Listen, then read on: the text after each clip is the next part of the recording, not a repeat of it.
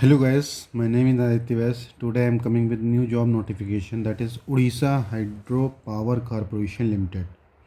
इसमें management trainee and diploma engineer trainee की vacancy आई है जिसका 12 नवंबर से ओपन होगा एप्लीकेशन और 11 दिसंबर लास्ट डेट है पेमेंट ऑफ एप्लीकेशन फ़ी की और last date of for submission of online application है 11 नवंबर। एग्ज़ामिनेशन आपका टेंटेटिवली जनवरी और फरवरी 2026 में। ठीक है, तो बेसिकली जो HR का वैकेंसी उसमें डिस्कस करेंगे अपन। 3 जनरल वैकेंसी हैं, इसमें से एक वुमेन के लिए रिजर्व कर दिया है इन्होंने। ठीक है, इनके 6 पावर प्रोजेक्ट हैं और ये पहली बात तो उड़ीसा गवर्नमेंट का अंडरटेकिंग है। स्टेट गवर्नमेंट की आती रहती है वैकेंसी, यूपी में भी आएगी तो इन फ्यूचर में आपको बताऊंगा। ठीक है, टोटल 4 वैकेंसी हैं, 3 जनरल कैटेगरी में, एक ST कैटेगरी में।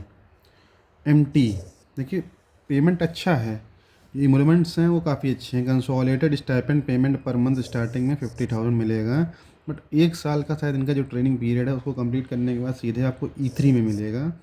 पे मैट्रिक 56,100 बेसिक से ये रहेगी, इनिशियल बेसिक पे 56,100।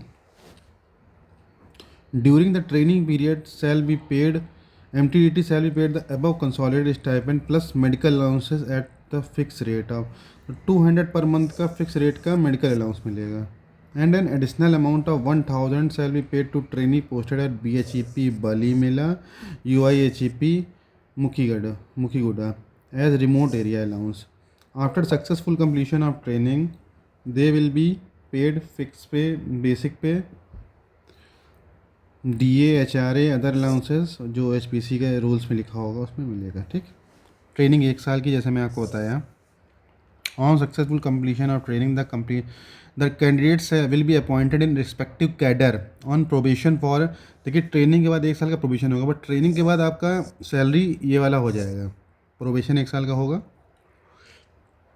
ठीक है, फिर बॉन्ड देख लीजिए। ड्यूरिंग ट्रेनिंग अगर कोई छोड़ता है तो 2,16,000 का है bond. During probation second year में 1.5 लाख का और after confirmation 90,000 rupees.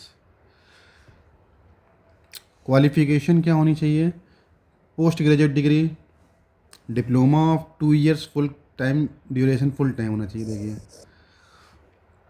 In personnel management, IR, welfare, HRD, HRM, PMIR, MBA with specialization HRD, personnel management from recognised institute of repute with minimum 60% होना चाहिए। ठीक है, for SC ST PWD category it is 50% ना। Maximum age इन्होंने बोला 32 years, 1 August cut out date है इसका। ठीक है, बाकी जो ये रिजर्वेशन है ST कैटेगरी वाला ये उड़ीसा स्टेट के लिए है। ठीक है,